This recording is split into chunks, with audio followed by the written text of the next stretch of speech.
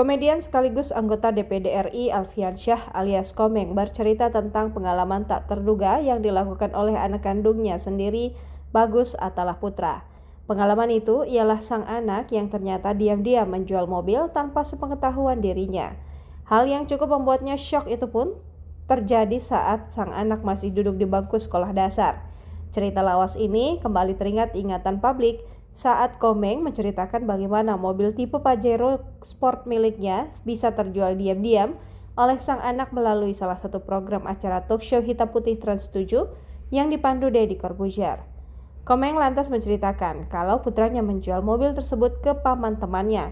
Saat itu terjual 200 juta rupiah, sudah lengkap dengan STNK dan BPKB.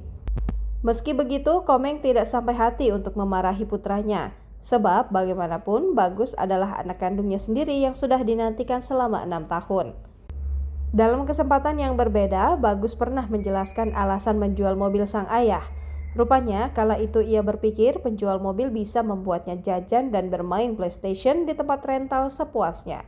Bagus bersama adiknya pun mengambil foto mobil dan mengunggahnya ke website jual beli mobil dengan harga di bawah pasaran kala itu.